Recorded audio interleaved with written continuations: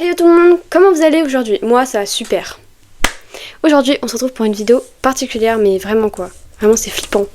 Ma manageuse et moi on voulait trouver un petit concept qui allait nous différencier des autres. On a donc réfléchi à raconter une histoire d'horreur. Il faut savoir que moi je déteste tout ce qui est un peu horreur et tout. Moi je suis une flippette du quartier quoi. On a décidé d'inventer un concept et du coup c'est qu'on va demander à des IA, des intelligences artificielles, leurs pires histoires d'horreur. Et on va voir si ça fait peur, si ça fait pas peur et tout quoi. Je vais vous raconter 2 histoires d'horreur. On est parti pour la première histoire d'horreur. On va commencer donc avec Émilie. Notre petite Émilie qui est âgée de 14 ans et qui est passionnée de tout ce qui est un peu genre enfant. Elle adore s'occuper des enfants, jouer avec eux, les garder tout. Elle a fait plein de fois du babysitting. Là déjà c'était un soir. Elle était chez elle, tranquille, elle était posée au calme, elle regardait la télé. Là soudain elle reçoit un coup de fil. C'était une famille, genre un couple qui appelait pour savoir si elle pouvait garder leurs 2 enfants. Donc, elle les connaissait pas encore, du coup ils firent connaissance à un appel. Le couple demanda à Émilie si elle pouvait venir garder en urgence les enfants parce que là ils ont vraiment un événement le soir qu'ils peuvent pas rater. Elle accepte. Là il est tard, il est 19h. Elle part de chez elle en vélo parce que elle a pas son permis à 14 ans. Elle part en vélo. Et elle commence à arriver dans le quartier et c'est vraiment une atmosphère étrange, mystérieuse. Vous voyez, il n'y a pas beaucoup de commerce et tout, c'est une ambiance vraiment lugubre. Du coup il fait nuit, il y a peu de lampadaires, il y a peu de luminosité, mais elle se laisse pas intimider, Émilie, elle est courageuse. Quand elle arrive dans la maison, elle fait connaissance avec les parents et tout, avec les enfants, et lui dire toutes les recommandations, donc à quelle heure ils doivent manger, aller se coucher. Les parents ils s'en vont. Et là Émilie, du coup elle commence à occuper les enfants en mettant la télé. Et là d'un coup, elle entend un bruit qui vient de l'étage, pas n'importe où à l'étage, qui vient du grenier. Émilie elle est curieuse, elle veut voir ce que c'est. Elle monte les escaliers de bois, donc ils sont en train de grincer, vous voyez les vieilles maisons là, les escaliers qui grincent, c'est ça. Son cœur il commence à accélérer, là elle ouvre la porte du grenier. Et dès qu'elle arrive, il y a très peu de lumière, vraiment il y a juste un faisceau de lumière qui illumine une poupée en porcelaine. Donc la poupée elle est posée sur une étagère et tout. Elle avait quand même un regard effrayant. Elle semblait fixer Émilie avec attirance. Donc Émilie elle sent un frisson qui commence à lui parcourir. Vous voyez comme ça là, d'un coup. Elle a peur mais sans plus quoi. Elle décide de pas y prêter attention et elle redescend. Mais au moment où elle est en train de redescendre les escaliers, elle entend cette fois un bruit qui provient de la cuisine. Genre comme un raffut dans la cuisine. Donc elle s'oppresse dans la cuisine, elle se dirige vers la cuisine en courant. Et elle découvre que tous les placards, tous les tiroirs sont ouverts. Il n'y a personne, il y a juste des placards, des tiroirs ouverts n'importe où, voilà. Là, cette fois, elle commence à trouver ça bizarre. Elle a l'impression que les meubles de la cuisine commencent à se déplacer un peu tout seul, que tout tourne autour d'elle. Soudain, Émilie, elle entend un rire sinistre. Elle est encore intriguée donc par ce qui se passe. Émilie, c'est une enquêtrice en fait. Elle a complètement zappé les enfants, mais c'est pas grave. Du coup, notre Émilie, elle monte les escaliers, elle se rend dans la chambre des parents. Et la porte, elle était déjà entrouverte. Elle voit que les murs de la chambre sont recouverts par des petits symboles. Plein de petits symboles et elle comprend pas la signification. Au centre de la pièce, de la chambre, il y a des bougies qui forment un cercle. Autour, il y a une dame vêtue de noir qui a des yeux brillants. Là, Émilie, elle est terrifiée, elle essaie de reculer, mais elle est paralysée par la peur. Donc la femme, elle se tourne vers Émilie et elle commence à prononcer des paroles, mais incompréhensibles quoi. Elle comprend pas Émilie, elle comprend rien. Elle sent une force invisible qui la saisit et qui la soulève dans les airs. Donc là, c'est complètement...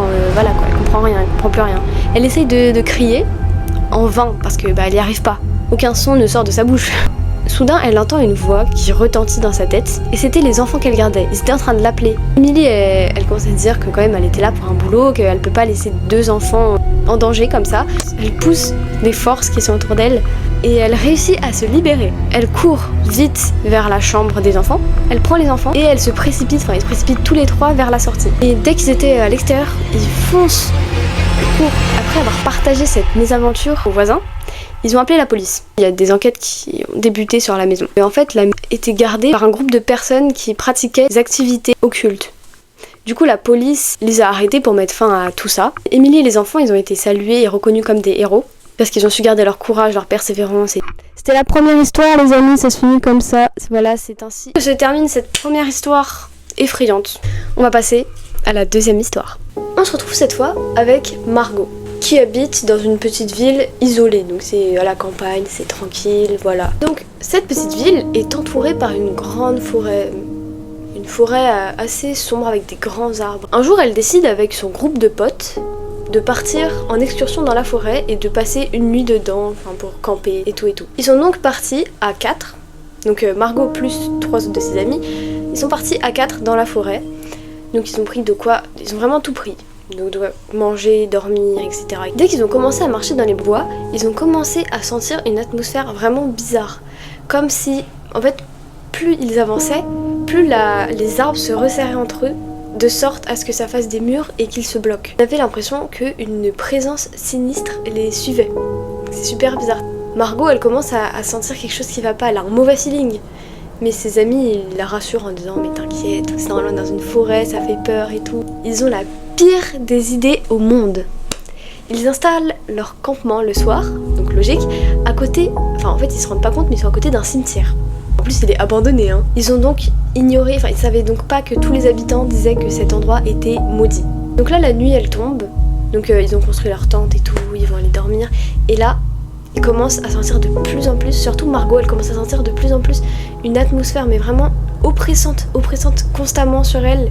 Soudain, ils commencèrent à voir des ombres partout autour d'eux, à entendre des voix qui leur disaient plein d'avertissements et en fait ils comprenaient rien, des mains froides les saisissaient, c'est horrible pour eux. Et malheureusement, Margot et ses amis se sont rendus compte trop tard qu'ils avaient réveillé une force maléfique en perturbant le repos des personnes décédées. Les esprits sont vengeurs et ils se lancent sur les 4 amis. Ils ont beau courir, déjà il fait sombre donc ils voient rien, ils sont poursuivis un par un. Margot et ses amis disparurent, emportés par les forces maléfiques, donc un par un. Margot, elle arrive, elle est seule, elle est terrifiée, elle sait pas, elle est toute seule, tous ses amis ont disparu. Et elle est toujours poursuivie par les spectres en colère. Elle tenta donc de s'échapper, mais les esprits l'ont attrapée et l'ont emmenée dans les profondeurs de la forêt. La légende raconte que depuis cette nuit, personne n'ose s'aventurer à nouveau dans cette forêt, de peur de subir le même sort que Margot et ses amis. Voilà, c'est la fin de cette deuxième histoire, j'espère qu'elle vous a plu. Celle-là, elle était plus courte, mais en vrai, je trouve que si l'histoire avait été plus détaillée, elle aurait pu être bien plus flippante. Sur ce, je vous dis à bientôt pour de nouvelles aventures. N'oubliez pas de liker, de lâcher un petit commentaire, de vous abonner, d'activer la cloche, ça fait plaisir. On se retrouve bientôt, je crois que je l'ai déjà dit, mais c'est pas grave, pour une nouvelle vidéo. Salut l'équipe!